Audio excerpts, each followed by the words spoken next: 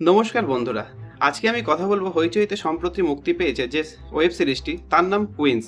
প্রধান চরিত্রে আছে মিমি। তো ওয়েব সিরিজটি কেমন হলো আজ সেই কথাই বলবো।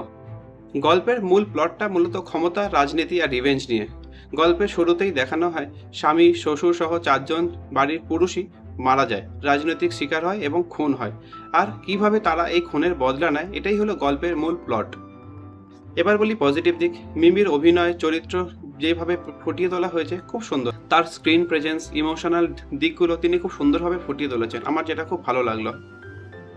তো বাংলা ওটিটিতে নারী কেন্দ্রিক যে চরিত্রগুলো বা প্রতিশোধ নিচ্ছে এরকম ওয়েব সিরিজ খুব একটা নেই। তো সেই দিক থেকে দেখতে গেলে ওয়েব সিরিজটি কিন্তু খুব ভালো, একবার দেখা যেতেই পারে। 4জন নারীর একসাথে লড়ার যে ব্যাপারটা খুব ইন্টারেস্টিং লাগবে কিন্তু। আর নেগেটিভ দিক যদি বলি, গল্পটা মাঝে মধ্যে একটু স্লো হয়ে যায়। আর কিছু কিছু টুইস্ট যেগুলো দেখানো হয় সেগুলো আমরা যারা ক্রাইম থ্রিলার মুভি দেখি তারা একটু হলেও আন্দাজ করতে পারি। আর সিনেমাতে সাসপেন্স কিছু নেই, এটাই হচ্ছে একটা নেগেটিভ পয়েন্ট আমার যেটা মনে হলো। বাকি ওয়েব সিরিজটি খারাপ লাগবে না, এনজয় আপনারা অবশ্যই করবেন। One time watch web series, একবার তো অবশ্যই দেখবেন, হইচইতে পেয়ে যাবেন। এটা 2.5 ঘন্টার কাছের ওয়েব সিরিজ।